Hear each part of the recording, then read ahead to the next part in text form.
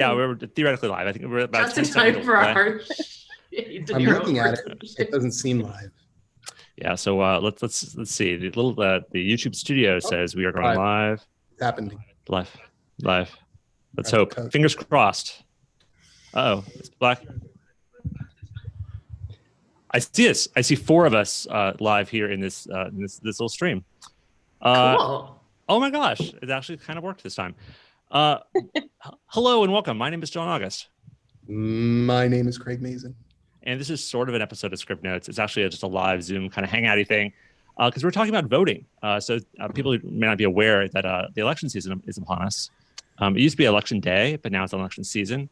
And I got my sample ballot and my mail-in ballot and such.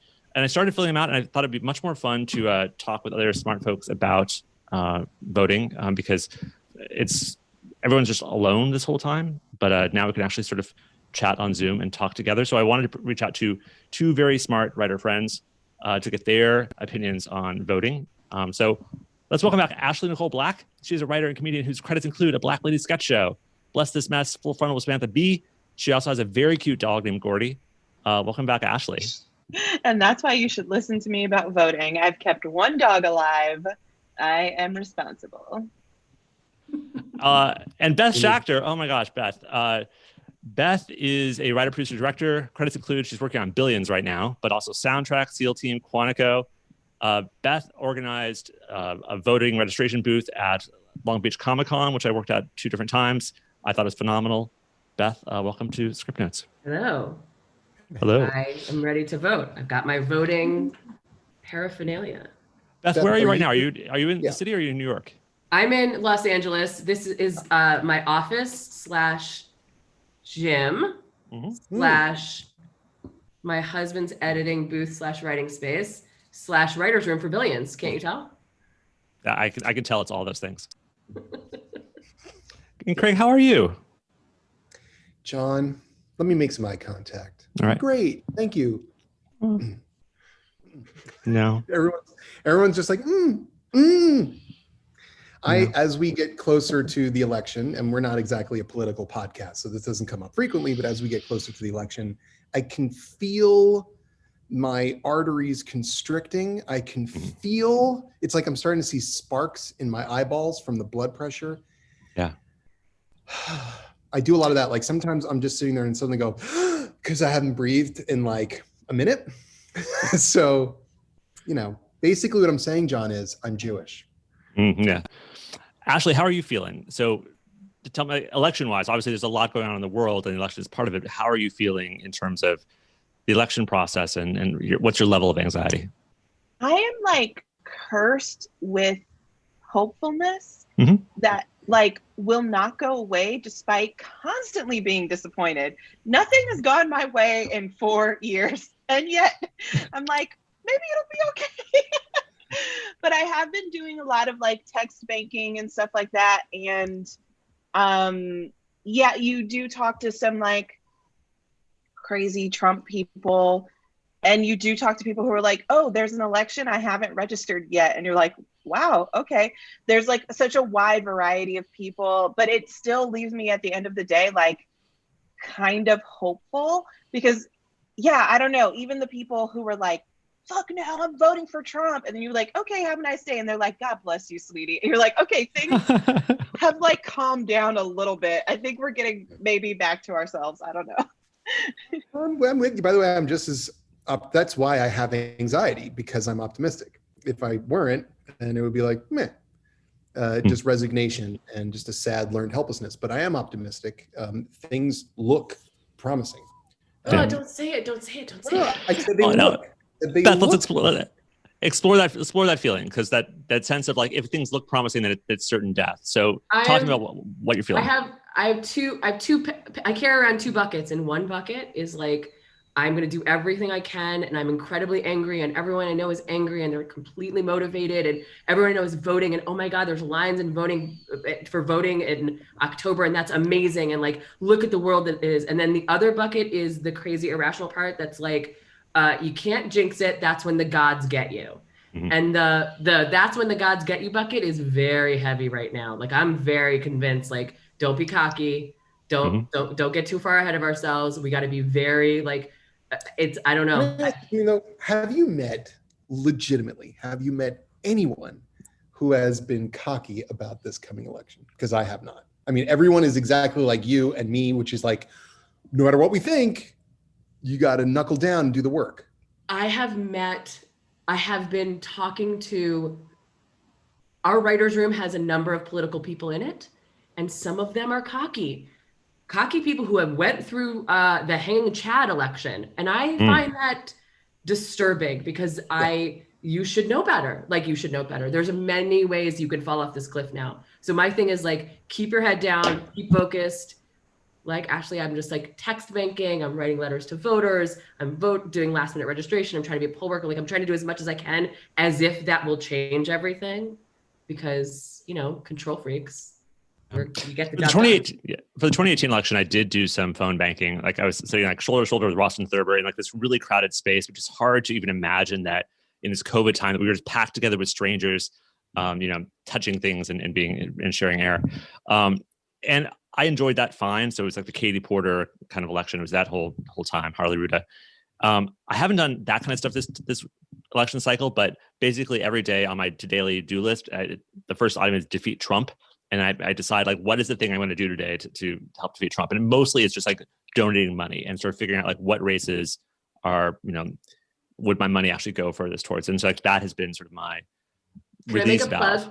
Can I make a plug for Sister District? If you guys don't know Sister District, tell us. Which is an incredible organization that focuses entirely on down ballot elections. Very small. You're talking about like dog catcher on up, which sounds crazy, but comptrollers and state attorney generals and everyone in between are incredibly important. They're why the Republicans have been so successful, is because they did so much down ballot work. So if you can kick any money to Sister District, we just believe in them so much, and they dedicated almost all our money this year. We put a budget together at the beginning of June, and we've been monthly doling it out, and Sister District is getting most of it because we just believe so much in them. I love them. We've got, in our house, we've sort of tried to mix it up. We've got the donations going, obviously, I have so many donations going at this point. I feel like every day someone, like, I get surprised still when someone calls me like, hi, it's Senator so-and-so.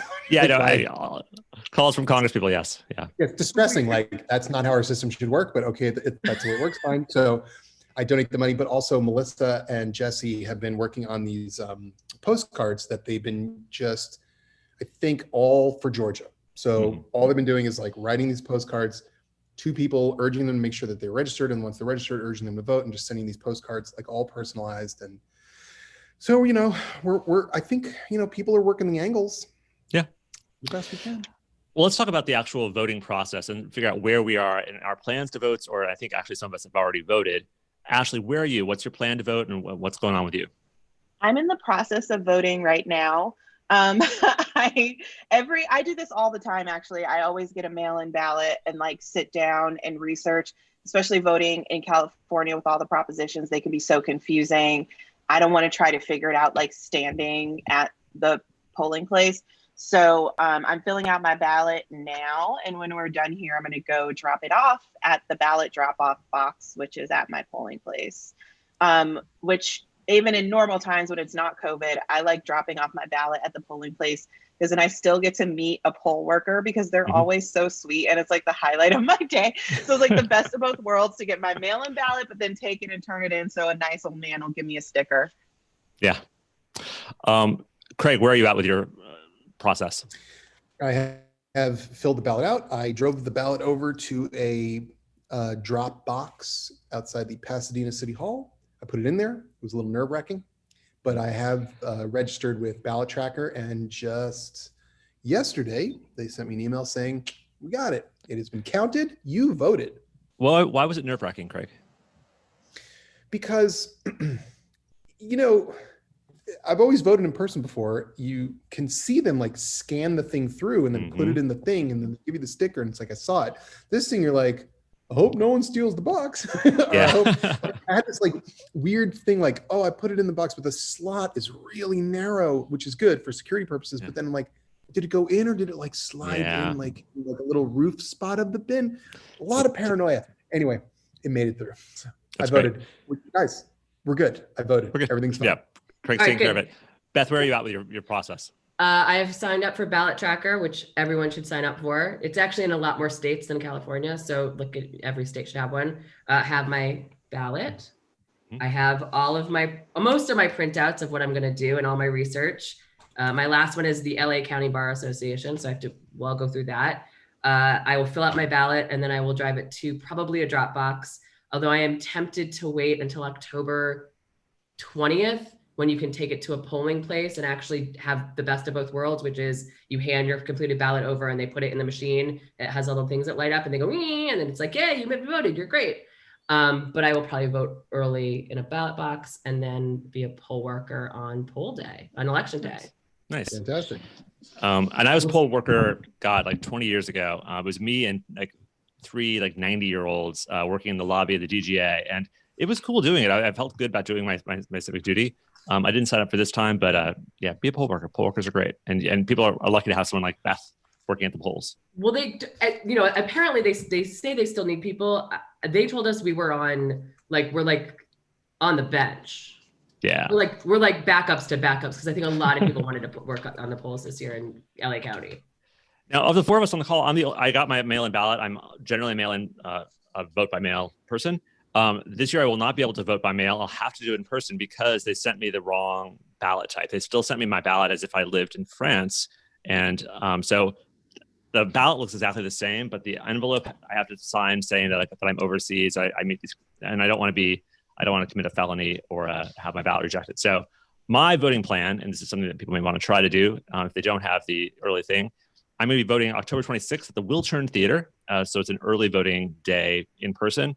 I'm going to be using the online interactive sample ballot. So you fill it out online and it generates a QR code. So when you go in, you scan it on the machine, it fills everything out, then you take a look to make sure it voted the way you want it to. So it's just less time in that place, getting you in, getting you out faster. So that may be a thing people want to try. I did that in 2018 rather. And the one thing that was odd was you scan it and it brings all your stuff. You check it on the screen, you hit the thing, it prints it out. And then you have to look at it and then stick it back in the machine again. Yeah, and then it's confusing. It out again. It's really weird, but it works. It's cool. Yeah. So it basically prints it out. It takes you look at it, verify it, and it slides it in, and that becomes the official ballot that's counted. Is that paper ballot, which is a good thing about this system. It's not just an electronic situation. Let's take a look at our ballots and figure out what we're doing. We'll walk our way through it. Obviously, some of us are in different districts, so we won't have exactly the same things, but we can talk about what we see on our ballots. I'm going to start with the first thing on my ballot is LA City General Municipal Election, member of the City Council. I'm the 4th district. My current representative is my current council member is David Rue. Nithya Raman is running against David Rue. I went to 2 fundraiser meetings to get to know things with Nithya. She's amazing. So she has a yard sign in front of my house. I'm going to be voting for Nithya Raman. But do you guys have her or Rue in your district? Ashley, what district are you in? I'm in District 4. I'm voting for Nithya. In my neighborhood, this is not scientific, but all of the mean neighbors have David Rue signs. So just FYI, know what side you're going down on. But Nithya seems amazing. And one of her big issues is homelessness. And that's something that is really important to me. My mom works for LASA and she's working so hard. They're just working those people so hard right now. So many more people are becoming homeless because of COVID. So status quo is not going to work. And I feel like David Rue kind of represents status quo. Yeah. Beth, what district are you in? I am not in District 4, so we don't have an election for our council person. My first person is for the community college. Yeah. I have a lot of community colleges college board members that I have to vote for. Yeah, and we'll get into those. Craig, yes. do you have any city council or anything? Because you're up in Flint Ridge and such. The super local election for La Cañada is the school board this year. Okay. And so for those of you who are in La Cañada and are concerned, I heartily endorse Josh Epstein and Caroline Anderson.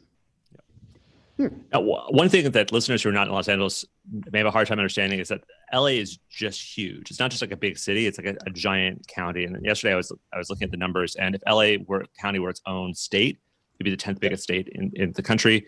And California would still be the biggest state. Even if you took all of LA County out, it would still be the biggest state. It's just huge. And the LA City Council actually has a lot of power locally in terms of like setting policy and things. So it seems so esoteric and small to be worried about city council, but like they can do a lot of stuff on the ground in ways that even the mayor doesn't actually have control over. So that's the thinking there. Let's get to LA Community College, because I kind of don't know why we vote on LA Community College, but we do. It's sort of like school board elections, but for community college. My husband, Mike, went through all of the people and looked at the endorsements on all that stuff. He settled on Andrew Hoffman. I've not studied them carefully. Ashley, I see you nodding. What was your thinking? I think, let me look it up, but I think she's actually a teacher. I kind of just went on the side of people who are actually teachers because they probably know what's going on. He's actually an administrator at Glendale Community College and apparently very much in the community. Okay. Yes. All right. Craig, did you look at any of are you community college? Is that in your district or not? I don't know whether that even applies to you. The Los Angeles Community College is, I think it's a county race. So yes. And okay. I'll be honest on this one. I think I looked at what the Democratic Party was endorsing and went with the establishment candidates. Well, let's talk endorsements. So on this video that's on YouTube right now, I put links to all the sources that sort of the main things we were going to for endorsements. Beth had sent along a grid that sort of showed like who was marking what things, and things were pretty consistent. So yeah, that's the one. So it includes a lot of the progressive Democratic groups, LA Times. I also included the Republican Party, the Chamber of Commerce, and it's interesting that especially as we get to the ballot initiatives, they're exactly opposite in ways you wouldn't think would naturally match up to party affiliation. So that was surprising. So if you are often designed to be incredibly misleading. Yeah. Like if you see like a proposition to give everybody free food, it means they're going to take your food away. That's basically what it means. The other thing which has been incredibly useful to me this whole election season has been Ballotpedia. And so when I do get one of those calls from a candidate, while they're on the phone, I will generally pull up Ballotpedia and see like, what is this district? Who are they running against? Are they actually in primary? Are they like, where are they at in this process? And so I just, Ballotpedia as a good for the world, I would just say, encourage everyone to take a look at Ballotpedia. And the LA Times did a decent job of going through the community college candidates endorsing Hoffman, Anderson, Nichelle Henderson, and Chris Hahn. And they all seemed, when you look at it, to Ashley's point, to be coming from a place of education. They have educational backgrounds. They seem to be advocates, and teachers seem to be supporting them. So that felt like a good, solid way to go. Ashley, any thoughts on these? Yeah, I did also vote for Nichelle Henderson, who was also endorsed by Black Lives Matter LA. Mm-hmm. And also David Stonewall Bella. Democrats Club and lots of other great places. But in terms of guides, I really relied on the Knock LA guide, which is put out by Ground Game.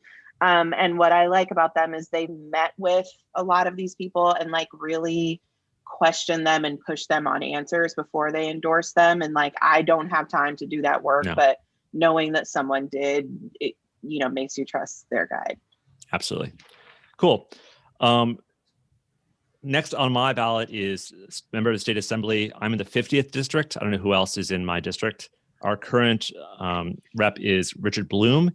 He's running against Will Hess. I looked up Will Hess. He's a writer filmmaker.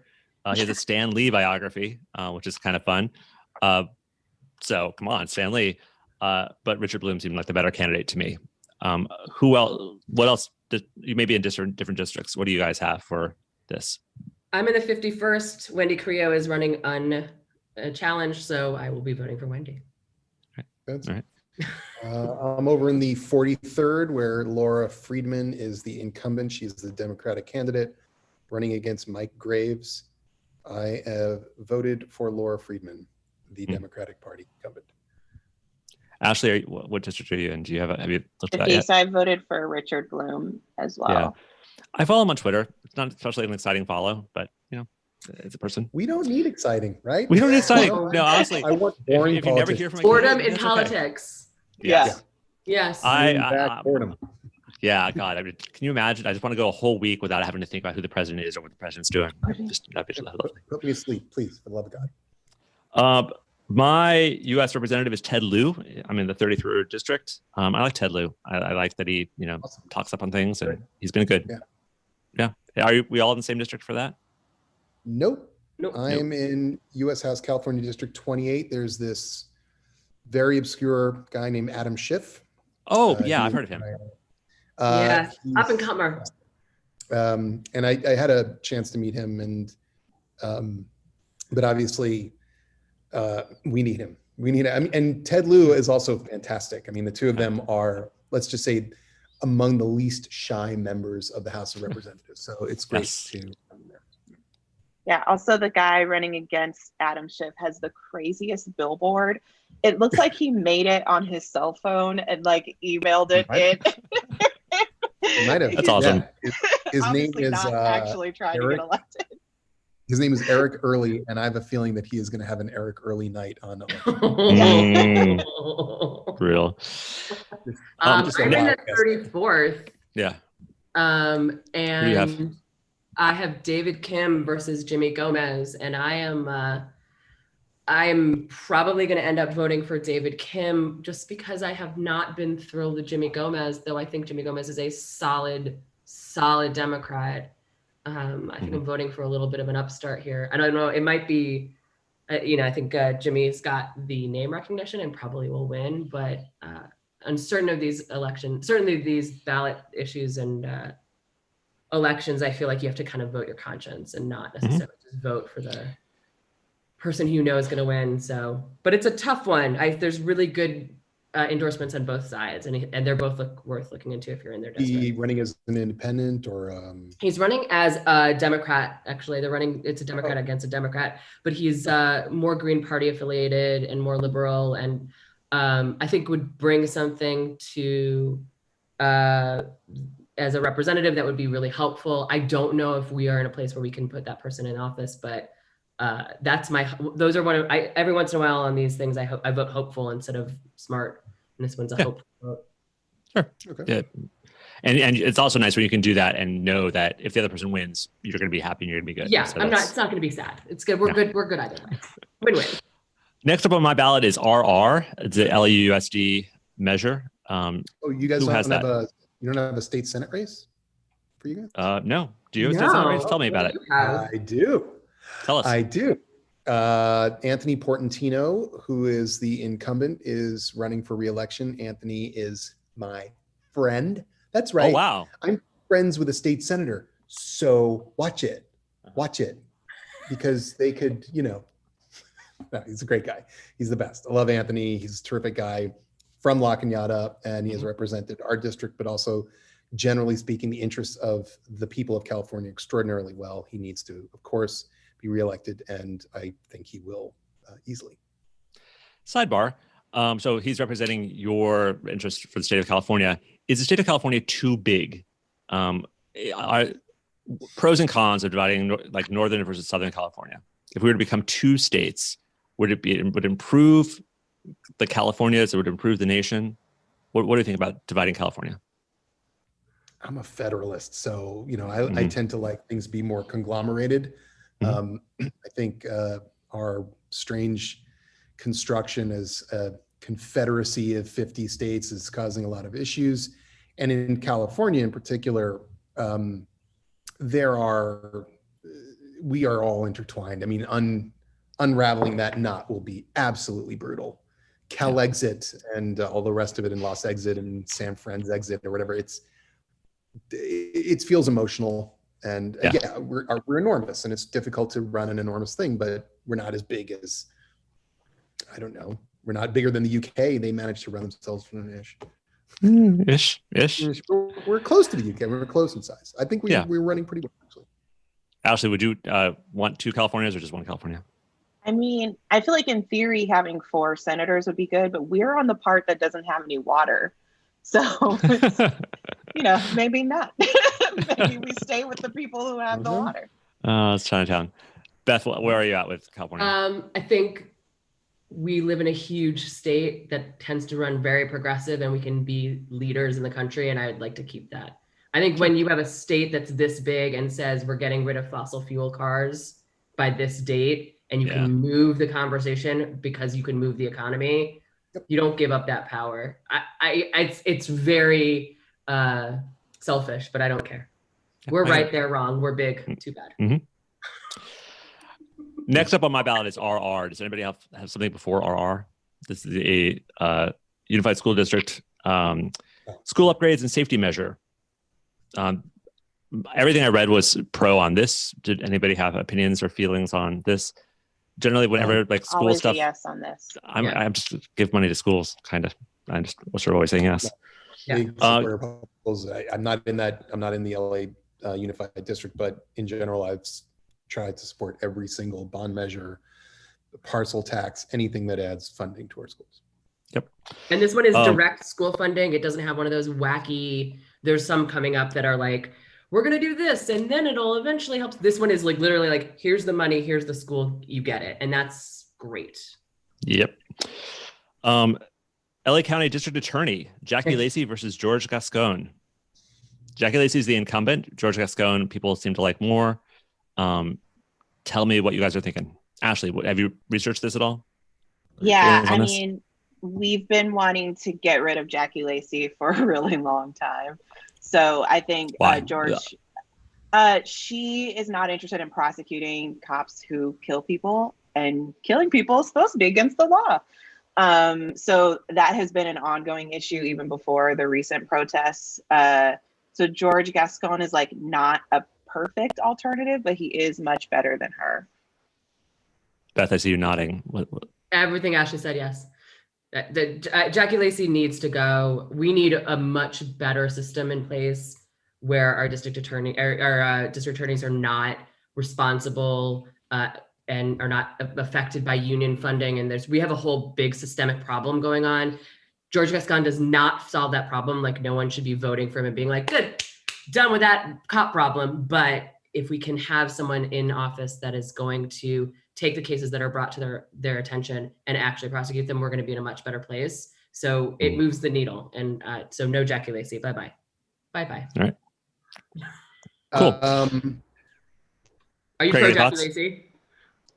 I'm not pro Jackie Lacey. I'm not pro either one of them, but George Gascon has been a district attorney and he wasn't very good at it, as far as I could tell. So I was not as strongly in favor or against either way. Yeah, cool. That's how I would put it. There's only 3 judges on the ballot this time. Sometimes these ballots have like 15 judges, but you may have more depending on what areas you're in. I only have 3 on mine. The 3 I show are Office 72, Office 80, and Office 162. Do you guys have the same judges? I have 72, 80, and 162. Great. In my case, it was always, do I go with the person who's already had that job or do I go with the challenger? Steve Morgan and David Berger, I went with the folks who already had it. I haven't just made a decision yet on Diamond versus Yang. What do you guys recommend? I'm going to send it to you in the Zoom chat. Please. The LA County Board Association rates judges based on qualified, well qualified, or not qualified. And it's a really great resource. They do an incredible job. They really care about whether or not judges are able to handle their job as a judge. It's not political.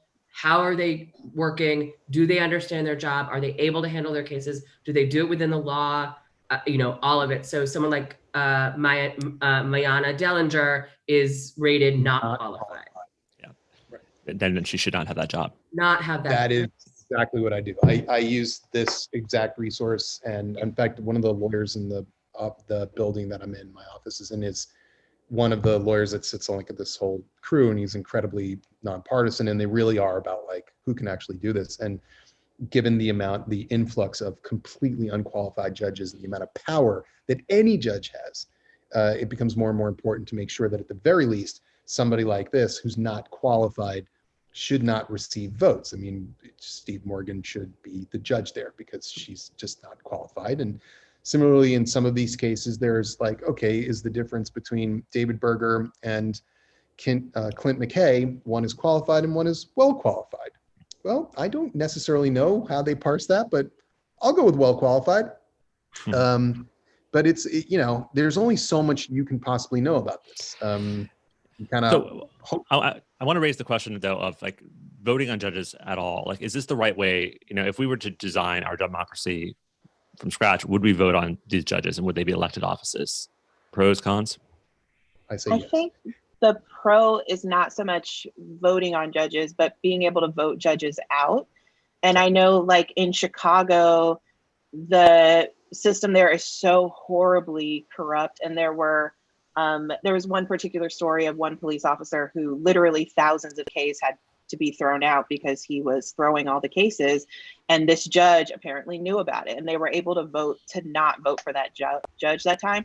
But that was like the first time in decades that they had actually voted a judge out. So I think it's about us like paying more attention and being able to vote these people out once we do know their record. Because when we're voting for them the first time, often we don't. Okay, that's a fair point. Cool. That's where I'm at. Next on my ballot is County Measure J. Does anybody have something before then?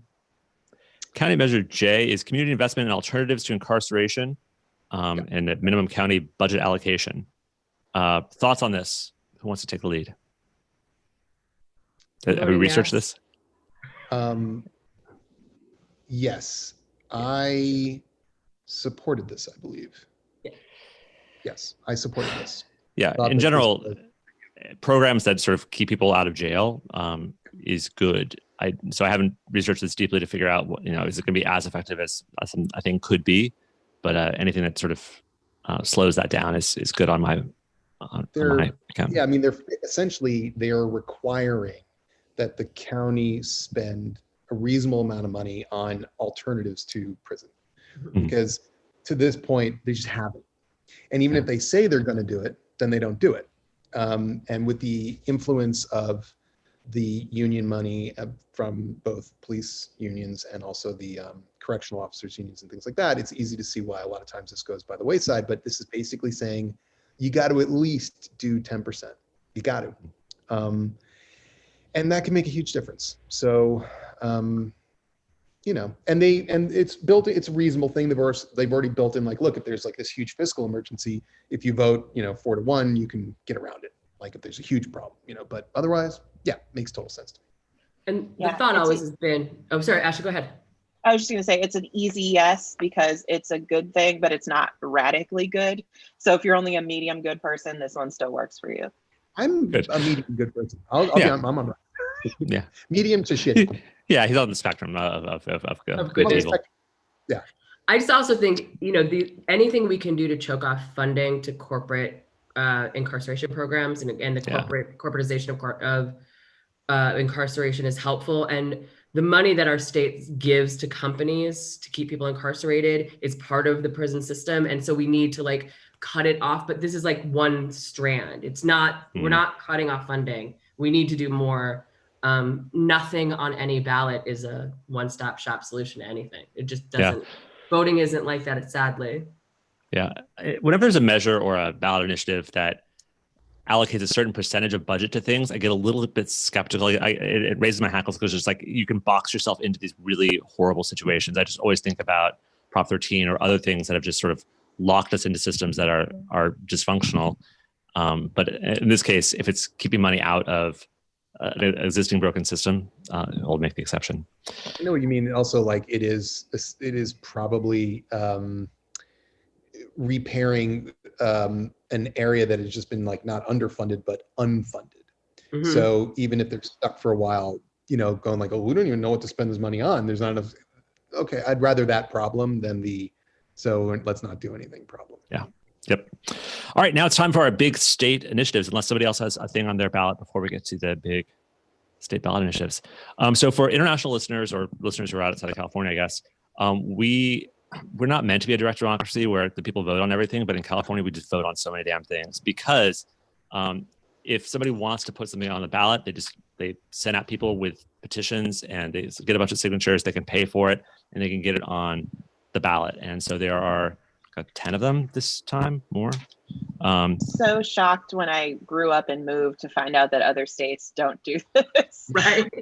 Nor should they. This is the dumbest thing. And I wish there was a proposition to get rid of the propositions. I think it's great, actually. I think it's great. In theory, you could make a law, Craig, if you had $1 million. That's the problem. That is exactly who is making these laws. People with millions of dollars. This system is the most gamed system in history. Mm-hmm. I mean, on paper, it's like, hey, a plebiscite, and you can, people can have a referendum and all the rest of it. But nope, what ends up happening is you just get lied to by everyone. Oh my God, it's just like postcards full of lies, and everyone's confused. Prop 19 we're coming up to Prop 19, which is literally the undoing of Prop 13, which was the undoing. Right. It's like we are. That's exactly right. It's a Matrushka laws, but I like it because people participate and it does force people to like try to have a thought about what their laws are doing and where they come from. Yep.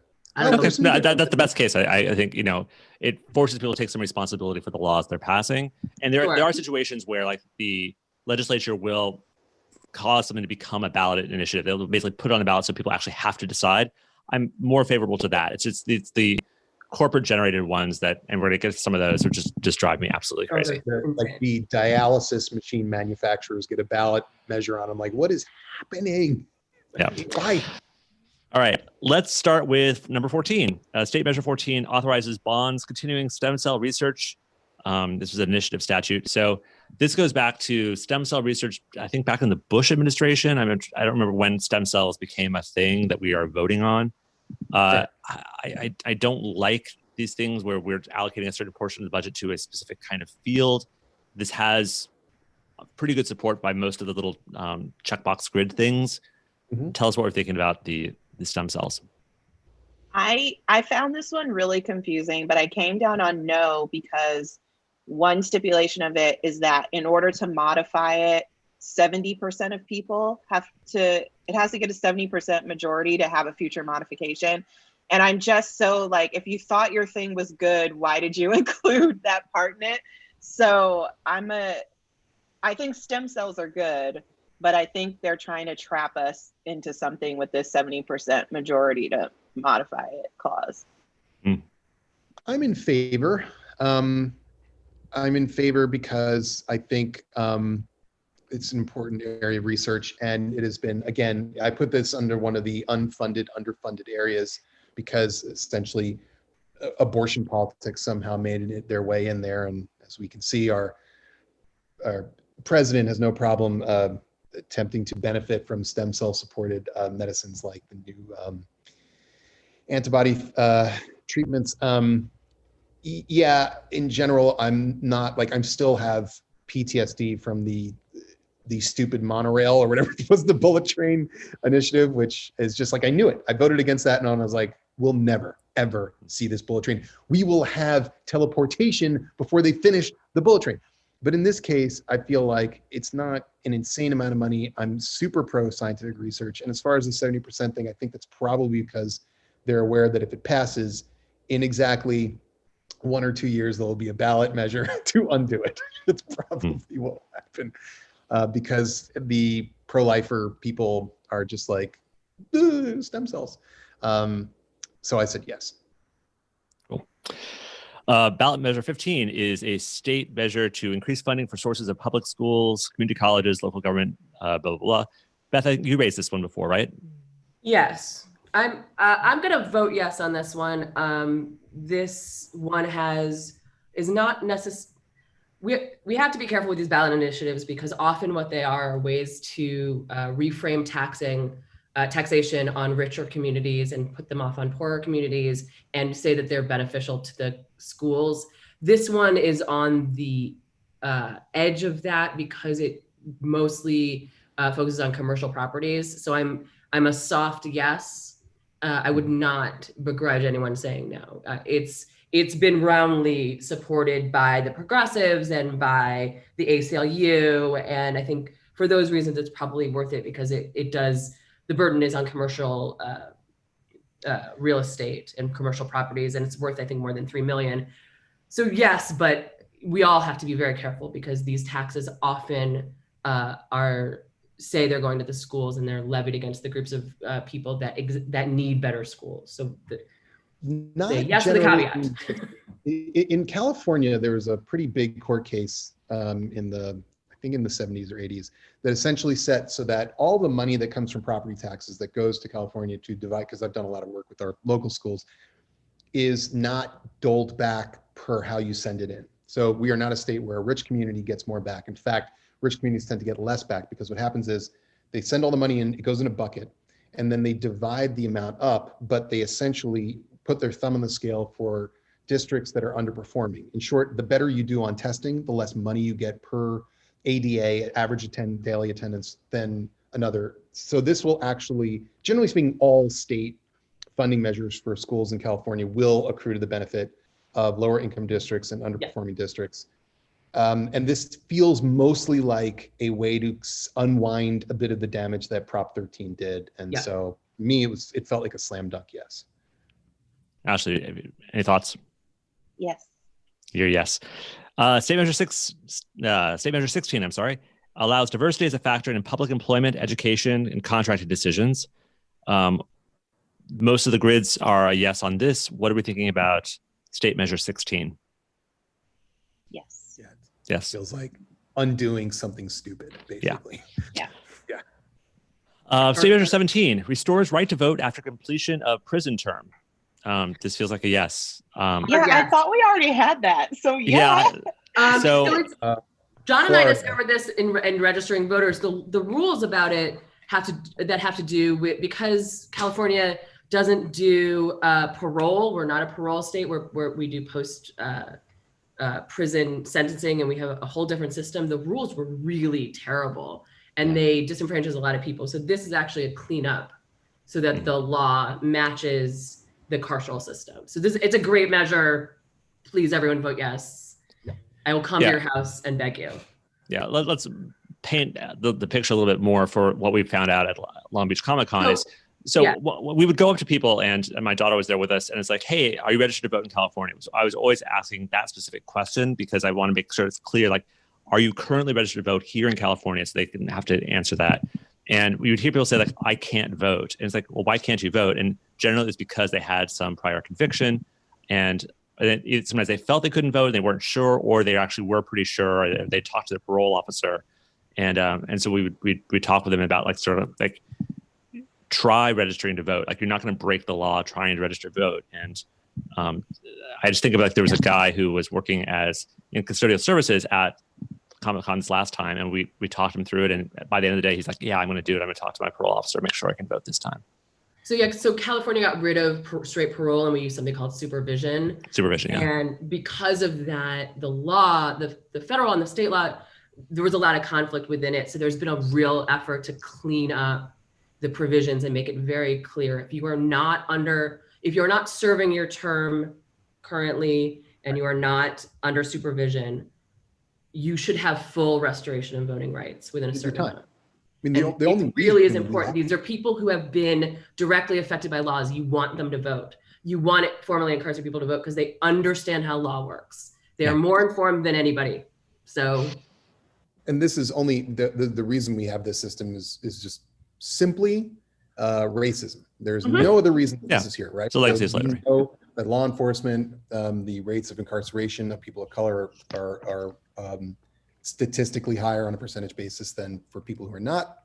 I'm just going to say the Republican Party is very aware that people of color tend to vote Democratic. So they're going to do everything they can to permanently disenfranchise those people when if you, I don't know, there's felony car theft. If you steal a car and you go to prison for 3 years and you come out, I don't understand what you did your time. I don't know what that has to do with not voting again. That's what the whole point of the incarceration was, right? You paid for it. Yeah. And so this again feels like a slam dunk. And it's the way things are trending, even in Florida. Yeah. Now, granted, they're messing with it. But when you put it the way it should. And when you ask voters, do you feel like everyone should be allowed to vote? They will say yes. And so Here we go. State Measure 18 amends the California Constitution to permit 17-year-olds to vote in the primary and special elections if they will turn 18 by the next general election and otherwise be eligible to vote. Hell yes. So it's a yes for me as well. As we were doing this registration at Long Beach Comic Con, there were a lot of 17-year-olds who were like, oh, I wish you could vote. And so we're always asking, like, when's your birthday? Like, and we could already sign people up we can register people to vote when they start, like they turn 16, if I recall correctly. So we can get that process started. Mm-hmm. I think this is a yes. I think it's going to be confusing for a lot of people. And so that confusion isn't great, but I just feel like, there's nothing magical about 18 in terms of being like smart enough to know how to vote. So these people are affected by the laws. People who vote, who start voting when they're in high school and vote within a community early continue to be voters and continue to be active members of their society and culture. You want people to be voting as soon as possible. You want them to be in the system and understanding it when they're still in school, when their friends are doing it, when peer pressure is doing it. It is confusing because it's like, I'm 17, but it'll be fine. Yeah, you're just letting people fully participate in an election they are legally allowed to vote in on a general level. That's all you're doing. You're just like, you're going to be able to vote for this because you'll be 18. So vote for the prime. And logic. When did people vote for the first time? So I remember my first time voting. I registered to vote in Boulder, but then I was away at school in Iowa. I got my absentee ballot and filled out my absentee ballot. So I was 18 when I did it. I didn't really know much about the stuff. It was hard to research things. And so I just kind of did whatever my parents did. But I can imagine myself now as a 2020 17-year-old, really doing the research and finding out this stuff. And it feels so different. Beth, when did you vote for the first time? I drove home the night before I turned 18 from college and registered with my mom at City Hall because I'm a dork and really wanted to vote. And I voted but my birthday's in the end of November. So I couldn't vote for another 11 months and 2 weeks. Yeah. So I didn't vote until I was 19, but I was really excited to register, man. I thought that was it. I was like, I'm in. I registered to vote and registered for selective service at the same time, back in the days of the draft. Ashley, what's your first voting experience? I was in college at UC Santa Cruz, and I remember our congressional representative came to talk to us, and he told us, I'll never forget this.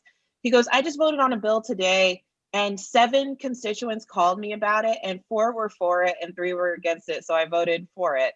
And it just started off my voting life with the idea that I had so much power that if I just called my congressman and told them what I wanted, they would do it. And that appears to no longer be the case. But it was a great way to like start off as a young 18-year-old that like being told I had so much more power than I thought I did. Craig, what was your first voting? It was, I was 18. I had just graduated high school. I was 17 when I graduated high school. So I couldn't vote. But I was rooming with Ted Cruz. So that probably pushed me towards a certain kind of vote. Yeah. When I did turn 18, I can't remember who it was because I was voting at college. I do remember the first time I was able to cast a vote in a presidential election was 1992. But I do also very, very vividly remember registering with the selective service with the draft board, and you still have to. Jack had to do it when he turned 18. If you're a boy, you register. Yeah, there's a little bit of gender discrimination. Look at that. Like at any point, your government can just take your boys and send them off. Whee! Off to war. Yep. State Measure 19 changes certain property tax rules. This is a constitutional amendment. So allows homeowners who are over 55, disabled, or wildfire/disaster victims to transfer properties residence tax base to replacement residents. Lebowski rule. Yeah. So it's complicated, and this is the grid is mixed on sort of how people are showing up on this. What are we thinking about this? I was talking with Mike about it. He felt like some of the concern is that you can transfer your residual value like 3 times. It felt like it was a thing that could benefit certain people and not other people. How are we feeling about State Measure 19? I'm fully in favor of this. I think that it's basically about making sure that people who are seniors, people who are seriously ill who are getting beaten to death by medical bills, and also people who are literally burned out of their towns, which is happening more and more frequently, aren't getting essentially crushed. And of note, this is not one of those things that's going to reduce the tax income in any specific way. In fact, the primary opponent is the Howard Jarvis Taxpayers Association. Howard Jarvis was the engineer and author of Prop 13. So when you see Howard Jarvis, if you are interested in state government being reasonably well funded, go the other way. And in this case, I think this is fairly reasonable. Yeah, I think just taking care of people who are, and it's, I mean, and when you look through, it's covering so many different constituencies: California NAACP, California Senior Advocates League, Californians for Disability Rights. Yeah, and the California Association of Realtors and the California Black Chamber of Commerce and the California First. Yeah, I'm all for it. Yeah, that's me. Ashley, Beth, any thoughts? I'm actually really confused about this one. I haven't decided yet. Well, this one is written in a confusing way because I started out as a no when I read it and read the bill and read the endorsements, and I was like, well, this seems ridiculous. And then I got a ton of analysis from other people, and now I've moved to a yes. So the way I understand it, and I'm looking at my notes up here, it's not that I'm not looking at you guys, which is like, so basically, we're trying to let seniors take their tax rate with them. And this is that's Prop 13, which is this 1978 rule. That's my dog in the background. And it would also repeal the Lebowski loophole, which is this sort of thing that allowed adult property heirs to rent out their houses without selling them, without causing tax burden. Nothing about saying yes to it seems to be damaging. Everything about saying no to it seems to be, but the way it's written, it doesn't sound right to a liberal and a progressive, the way they wrote the law. So I'm like, well, you know why? I think you want me to vote yes for it, but man, you need better languaging, friends. Like, well, they're hiding language. They're hiding the key thing. They're putting it mostly about, look, we'll look at this nice thing we're doing for seniors, but here's the language that matters. The language that matters is this: they require that inherited homes, if you vote yes, are not used as principal residences, such as second homes or rentals, be reassessed at market value when transferred. And the inheritance. So basically right now, if you inherit a property, you keep its property tax. So the deal is, in our stupid state with Prop 13, you buy a house, like the guy I bought my house from, he bought it in 1970. He was paying, I think, like $1,000 a year in property taxes. It's insane because they lock it in at 1% or whatever, and that's it. And it goes up by like every year. Now, you pass that house along to your children because you're a wealthy family. That kid currently inherits that incredibly low property tax rate, which is starving our schools and our firemen and all the rest of it. So this is saying, not anymore. Now, when you inherit something, you get reassessed and your property tax is on the reassessed value. But old people, don't freak out, because if you're just moving from here to here, it's not going to, we'll make it easy for you. Right. So that's why I think this is confusing. But it is language in a way, like if you read it, it's language in a way that just sounds backwards. And I would just want to say, whoever wrote State Measure 19, we can provide you with a writer's room. We're happy to. Absolutely. Yeah. I mean, I don't know. I got to say, what they did was they were like, how do we get people to vote to raise their own taxes? Let's say we're lowering taxes. This is my thing about these ballots. That's what they do every time. Yeah. It's amazing. All right, moving on to 20. State Measure 20 restricts parole for certain offenses currently considered to be non-violent, authorizes felony sentences for certain offenses currently treated only as misdemeanors. And if I recall correctly, this is an answer to a previous ballot initiative. It's a no. It's a hard no for me. Hard no. Hard no. Hard no. No, Yeah. this is There's a fuck off button here. I would like to have Devin that. Nunes is wanking it over there in Fresno, dreaming of something wonderful. It's not going to happen. The funniest detail about this to me is that it's supported by a lot of grocery stores because they want stealing groceries to become a felony. Amazing. It is primarily supported by Albertsons. The Albertsons Corporation is the primary. Yeah, they're just like, we don't want. Yeah, if somebody steals a box of chicken and a biscuit, we want to put them in prison. Yeah. Wow, I haven't thought about chicken and a biscuit in like 20 years, Greg. Maybe the greatest cracker ever invented. So good. I'm just saying. Yeah, so good.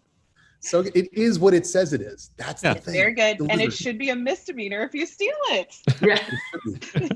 Honestly, you should get a medal if you steal it. Yeah. Well, if you can eat more than one box of those things, and you're already basically, it's a life sentence. You're not going to make it too long. Those are so bad for you.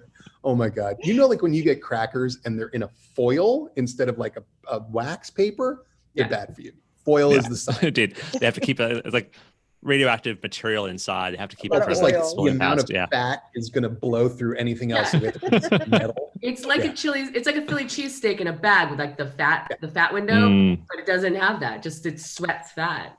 Delicious. State Measure 21 expands local government's authority to enact rent control on residential property. State Measure 21, supported by most of the progressive groups.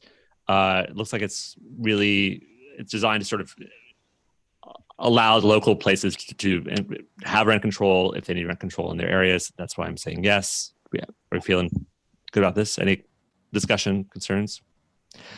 Now, listen, I think there's probably meaningful studies of rent control about like, does rent control work in certain circumstances? What are the downsides of rent control? I think it's not a perfect thing, but also I feel like local control of it is probably a good idea. State Measure 22. Sorry. All over the map on this one. I mean, that's what I ended up supporting, but it seems like it's weird. I mean, on the one hand, you have like very progressive people like Bernie Sanders and Maxine Waters. On the other hand, along with the Republican Party that's opposing it, Gavin Newsom is opposing it, but so is the California NAACP State Conference. And so I'm like, what's going on exactly? And so is the California Asian Pacific Chamber of Commerce. And so it's like California Council for Affordable Housing. What's going on? So I feel like partly it's like, oh, rent control is helpful for people. And partly it's like rent control keeps people where they are. And there's no new lower income housing that's being built. I don't know. I voted yes for it, but it seems like maybe this might backfire. I can't tell. Yeah, and anything that has to do with zoning or sort of the rules over residential things becomes so problematic because it ends up with NIMBYism about sort of like, oh, we can't do this thing, we can't build affordable housing in this area, we can't do the things that we actually need to do because that are citywide or statewide initiatives, because one neighborhood is going to prevent a thing.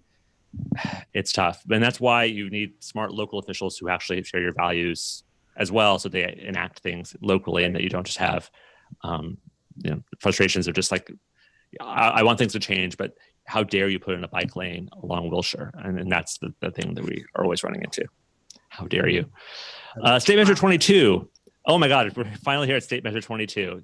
For people outside of California, you wouldn't know how much money has been thrown at 22. So this is exempt. You could almost pay everybody a living wage for the amount of money thrown in. You totally could. So this measure would exempt app-based transportation and delivery companies, so Uber, Lyft, DoorDash, from providing employee benefits to certain drivers. Basically, it allows them to be treated as independent contractors rather than employees.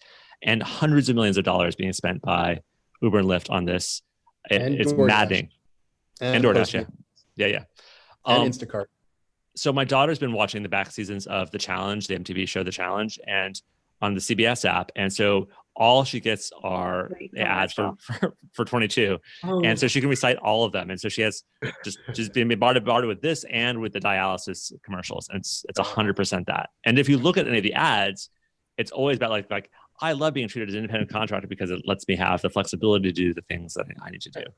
The Stockholm Syndrome employees that are standing in front of, like sitting down going, I love Uber and being able to work as a independent contractor. They just make me sad inside in a way that I cannot comprehend. I want to free them all from their prison. Mm-hmm. Hey, so as writers, we work independently, but we are employees for what we're doing. We have benefits because we are employees, that we are not treated just as independent contractors. This one also, if I remember correctly, this one has the 7/8 to overturn it takes like this huge thing. It just feels just wrong. I'm a strong no on this. Mm-hmm. It's a no for me, but I am nervous. Tell me about the but. Because this is one of those deals where you kind of have to hope, because we are the biggest state in the nation. Obviously, Uber and Lyft and DoorDash and Postmates do an enormous amount of business in our state. Otherwise, they wouldn't have each put in $47.5 million in support of this thing. So the calculus is, you guys are not treating your workers fairly. We're going to require you to treat your workers fairly, or you got to beat it. At which point you go, hopefully they go, we'll lose more money beating it than we will staying here. So we'll stay and we'll treat them fairly. Here's the potential disaster. They don't necessarily make a lot of money right now anyway. Yeah. Like Uber's not a big profitable company. So they may just go, man, we're not making money anywhere. So screw it, we're leaving. At which point there is an enormous amount of money that suddenly disappears for working people in the state of California. Where does that come from? And also just the general utility of people who love using Uber and Lyft and DoorDash and Postmates, especially now. So if there is another company waiting on the sidelines to take advantage of this, who can figure out how to make money off of this kind of business, great. But if they leave, it's going to be chaos, and it's going to also really hurt people. So I'm praying. I'm voting but it's a gamble. This is a little Russian roulette to me. So I think it's entirely possible that they could decide to pull out. But I think if they were to pull out, there's a market here for people who want these services, and there's also a market for people who want to drive these things. I feel like you can match these things up, and if an individual has to pay more for an Uber or Lyft ride, I think you can raise those rates and get you to a place where it will make sense. Yeah, and I think that's more likely. It's more likely that your Uber ride will cost more than it is that Uber leaves. I think they're going to figure out how to make money, and it's probably by charging us. And honestly, I would rather pay more for an Uber and have that driver have health insurance and me not catch a cold from him while I'm in his car. I agree. I mean, I'm hopeful that that's the case. But, we have examples before of companies going, oh, fine, bye, Have any of you taken an Uber or Lyft since the pandemic started? Only one, because I literally had to go to the mechanic. That's the only reason I would. Yeah. It's been weird because we would use it occasionally, definitely for going out, just so you don't have to take a car and you can have an extra drink. And all those reasons were valid, and there's no place to go out to. But it has been frustrating that exactly the mechanic, where just how do I get to pick up the car? And so we have to drive the other person there to pick up the car. And so I miss that kind of utility. I've been surprised they've been able to survive at all during this time. I grew up here. I lived here before there was Uber. When you needed a ride, you just asked your mom. And I'm sure my mom would be happy to drive you to the mechanic, John. That's what it is. I haven't taken the bus during the pandemic, but I was also a pretty good bus user. And LA buses with Google Maps is actually pretty great because it has all the route information. You can take the bus places pretty easily. So if we lost Uber and Lyft, on your watch too, you can see when it's coming. To pay for it. It's touchless. Yeah. Put your screen on, do thing, dink dink. Love it. Dink. Finally, State Measure 23 establishes state requirements for kidney dialysis clinics. Requires on-site medical professionals. I'm so confused. I'm not confused. Craig, are you confused? No, I'm not confused. I'm in support of it. You are? Okay, so tell me why you're. I'm not in support of it. So tell me why you're in support of it. I think that basically this is putting some more money in the pockets of what I would call the working class health practitioner, which is why I think probably it's supported by ACLU. What it's basically saying is you're going to need a nurse practitioner. It's not going to be a physician. It'll end up being a nurse practitioner there. And, is that necessarily, is that essential? I don't know. I think there should be somebody like that there. That seems reasonable to me. The dialysis, there's been every year the dialysis business essentially wants to try and make dialysis more profitable for them. And so they are fully against Proposition 23. They basically are saying it'll make dialysis cost more. And we'll close our dialysis clinics. No, you won't. That's the one thing I know you won't do. So I guess what I'm saying is DaVita Incorporated and Fresenius Medical Care. I don't think so. And the Republican Party of California, I disagree with you guys. So I'm voting pro on this because I think it puts more money in the pockets of working health professionals. All right. So the opposite side of this, this is a lot of my opinion is coming from the LA Times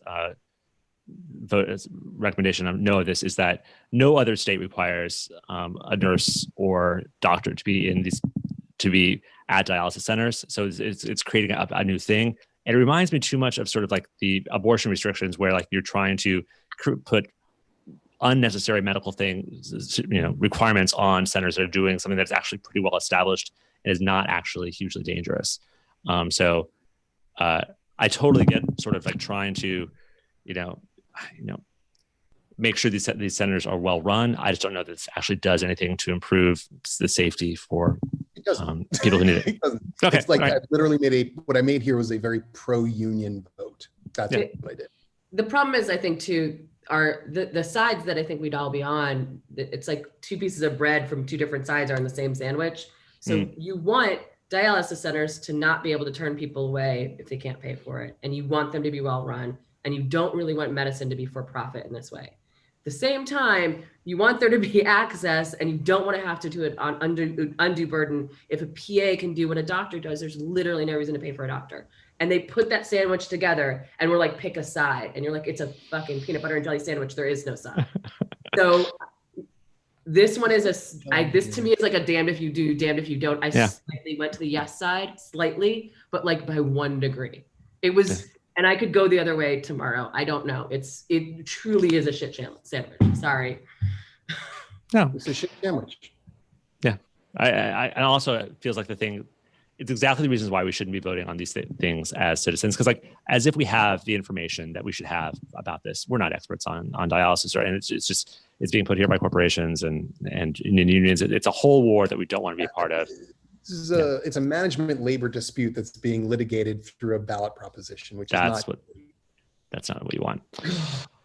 State Measure 24 amends consumer privacy laws, permits consumers to prevent businesses from sharing personal information, correct and accurate personal information, limit businesses' use of, quote, sensitive personal information, including precise geolocation, race, ethnicity, health information. It's obviously a new agency to look over this. Again, mixed opinions. You see online, the grid does not line up cleanly. The people who are in favor of it say it's not perfect. It doesn't do the right things necessarily, but it could get us partway there. People are against it, says it's not going to help at all. So what are we thinking about Prop 24? I'm a no. Ashley, I'm gonna pick on you. Yeah, have you researched? Make Ashley tell us what to do. Oh gosh, well, I guess like a soft yes. I think we do need to limit. We need more privacy. We do need to limit how much businesses are able to use this information. It seems like this kind of does that, but not really, which is, I think, why it's confusing. Mm-hmm. To me, it feels like one of the situations where California being such a big economy, if we do this thing, it creates changes that are that ripple out in a good way. It's the same way that Europe's privacy changes helped some stuff in the US. I guess it's the pro for it. LA Times was in favor of it. League of Women Voters in the ACLU was opposed to it. It appears to be a pay for privacy scheme, and I tip to the no on this one, but I'm again just a soft no. I think there's language in there that could force you to pay a tiered system. So if you want your information to be, if you look at the language, that's what the ACLU is saying, is like basically there's a pay for privacy element that they're worried about could be used. So you want iTunes or iTunes Plus? iTunes, no, they'll sell your information. iTunes Plus won't. And that's their concern. I don't know that it bears out. I think it would take some time for us to see that result. So it's hard to really like hold that one in your hands, but that's the concern. I mean, I'm a harder yes on this than you guys, because I do think that it is a pumping of the brakes on our tech companies here in California that are out of control when it comes to this. They are literally running amok in the streets, taking your information left and right, and it has huge implications, not just for like, because I think a lot of us are like, well, okay, so they know that I like to buy, this kind of bread, who cares? Yeah. Well, I mean, they can also figure out what race you are and just not send cars to your house. I mean, there's a billion things they can do. They can profile you in 1,000 different ways and sell it back and forth to each other. And, you know, Andrew Yang, who's I think pretty solid on this particular issue, you know, made the common observation that if you're not paying for the product, you are the product. You are the product, yeah. He's right. And so even though Dolores Huerta is aligned with the Republican Party against this, what? I'm going to vote. I have voted for it. All right. Finally, we get to State Measure 25, a referendum on a law that replaces money bail with a system based on public safety and flight risk. How are you feeling about State Measure 25? I beg that you vote yes. So, again, for people outside of the U.S., maybe this is not even a concept you have, but money bail is a situation where you've been arrested for a crime but not found guilty of the crime. You have to pay money in order to be let out of jail while you're waiting trial. And it is a system that feels to me fundamentally racist, classist, it just, you know, built on inequity. So the grid was all in favor of this except for the ACLU. And I think ACLU was saying that the system for flight risk and such is going to be problematic and based on algorithms that may not be accurate. Yes. Don't let the perfect get in the way of the good, right? Is that the saying? Yeah. Yeah. It's tough because the same people, so basically when you're in front of the judge can say you pay $100 bail or you pay $1 million bail, and they've been racist in their application of that. And then this new system will give that same judge the power to decide. It just won't be using money. It'll be using whatever this algorithm or something like that is. So it doesn't seem to address the systemic part of it. I think cash bail is terrible. Only 2 countries have it. We shouldn't have it. It's stupid. But if you give that same person the same amount of power to just decide whether or not someone stays in jail, but just take money out of it, have you solved the problem? So yeah. Well, so do we solve the problem by fixing that problem? I mean, my instinct would be get rid of cash bail, and then when we see that this is still happening and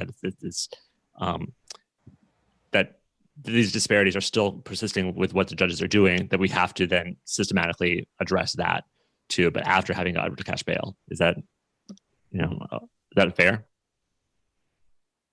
And there probably will have to be a federal case and a Supreme Court case in order to move the needle in terms of cash bail and flight risk and how we handle people that are being accused of a crime. I think these state measures are likely not going to do anything more than chip away at it. It is the idea that an algorithm answers the question is terrifying. We should not be relying on algorithms, but cash bail is heinous, and anything you can do to diminish it is a step in the right direction. It is. It's the don't let the perfect get in the way of the good situation.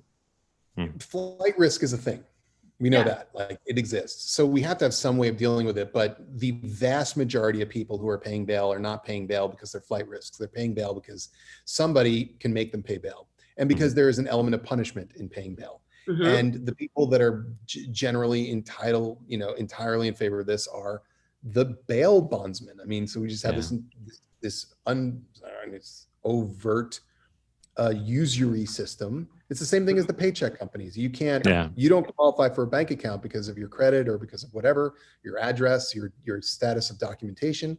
So we're just gonna make you pay more to get money, the money that you earn.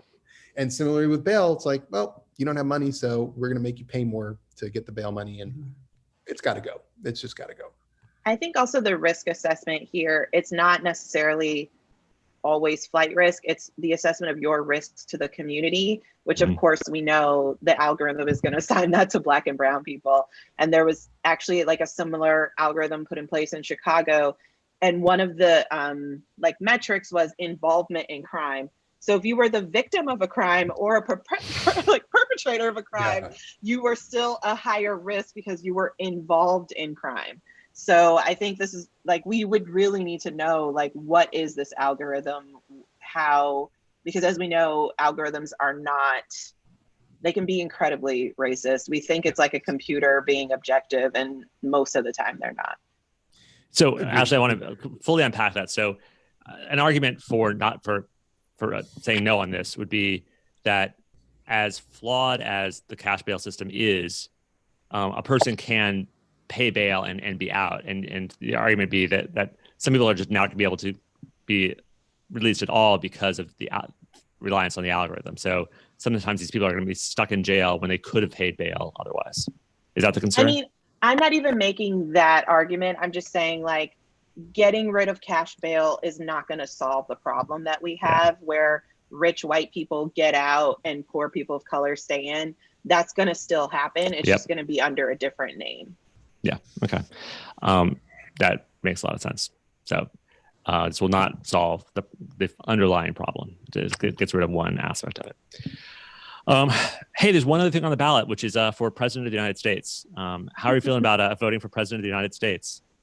Happy. Oh, Kanye is on the yeah. So Kanye is VP in California. So well, it's gonna be so. I like that. Yeah, I think it's gonna be really confusing when he wins president in most states, but he's only VP here. I mean, the constitutional crisis that we're running into. Kanye would absolutely be his own vice president. He would be his own vice president. It's true.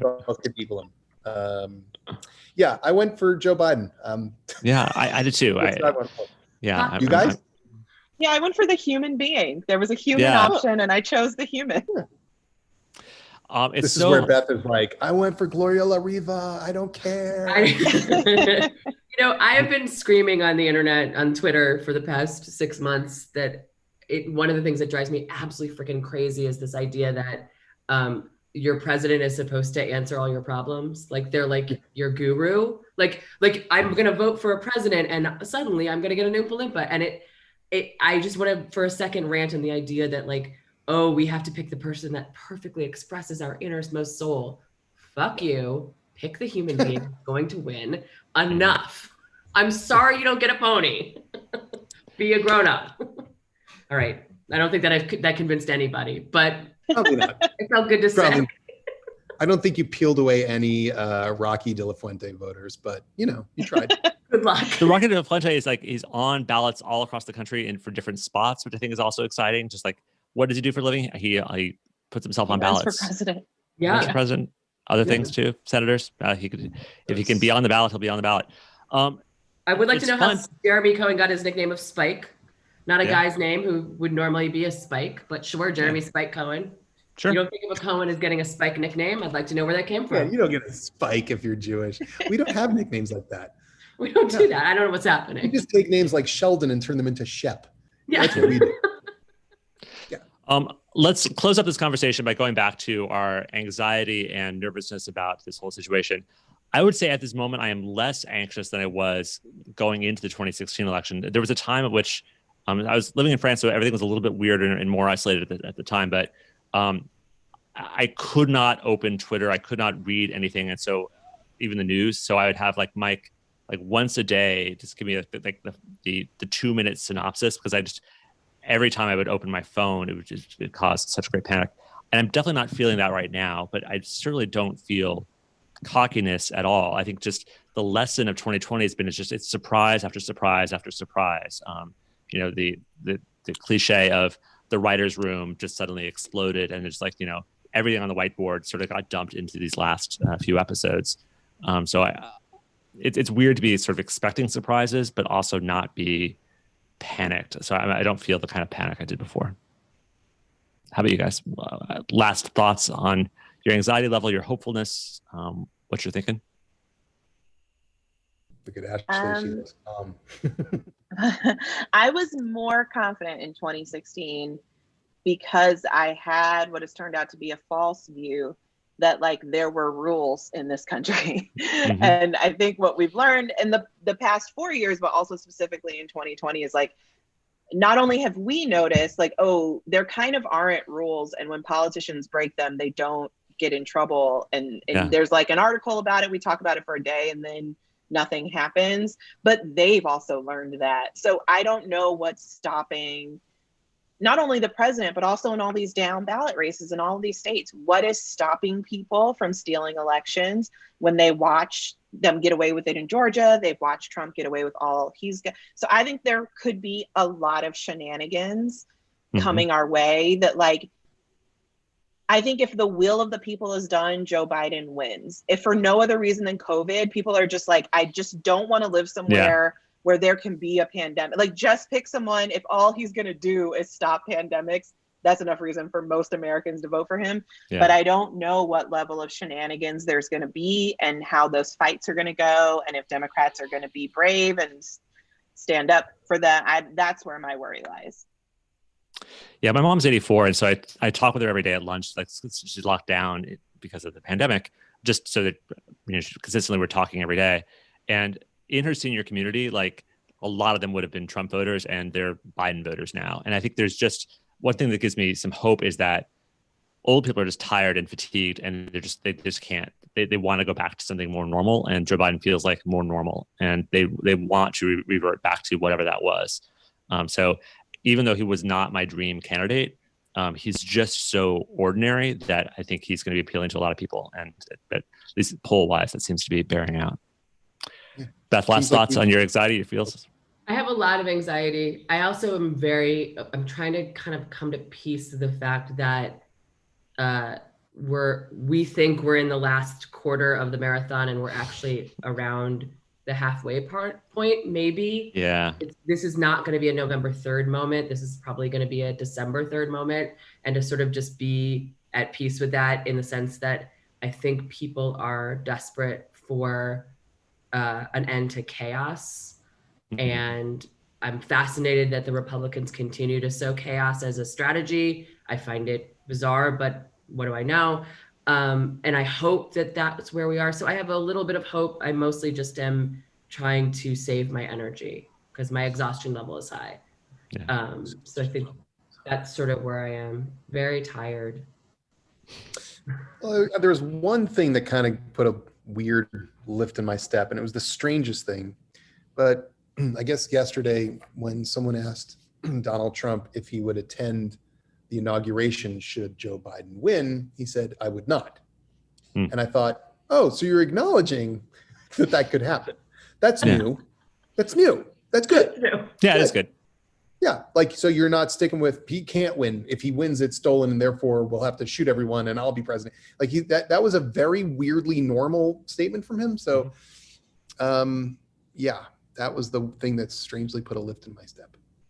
I think it's also good that there's been a very effective communication on like the necessity of overwhelming numbers. So just the fact that the polls are high doesn't mean that people feel like, oh, I don't need to vote. It's like, I think the messaging of just like, no, you have to vote. You have to vote in such tremendous numbers. And the fact that we can bank votes now, and the three of you will have your ballots in early. I will have mine in a little bit early, is also good. Because when I was doing phone banking, one of the first questions we asked, like, have you already voted? And when you do that, the name gets off the list and you stop getting calls about, turning your ballot. And that's a nice thing about this cycle too. So that gives me some optimism as well. Cool. Nothing gave me more optimism though than talking with you guys about this. This is really helpful. And the things I still have questions about, I feel like I understand better. Thank you to the folks who watched this live, and we'll have this up on YouTube. So people who are filling out their ballots later on can watch it along and see what we did. And yell at us on Twitter, of course. Don't forget. Don't forget Twitter. Sure to yell at us on Twitter, because just Craig, leave me alone. Yell at Craig. I'm sensitive. Oh, they're gonna. Yeah. I'm gonna be turning to you like, "Where's my friend?" He's my friend. In the YouTube comments, Nima's pointing out that peanut butter and jelly does have two sides, so that can be one of the fundamental things we can be addressing. I agree with you can't separate them. No, you can. The jelly sits on top of the fat because there's no fat in jelly, and it's not scrambling an egg where you can't unscramble it. It's still. Can you guys? No. When my 8-year-old has this issue, and I tell him it's fine, I can get the peanut butter. Can you guys come over and fix it? Because 100. We'll have another Zoom. Don't mix it together. Just layer it.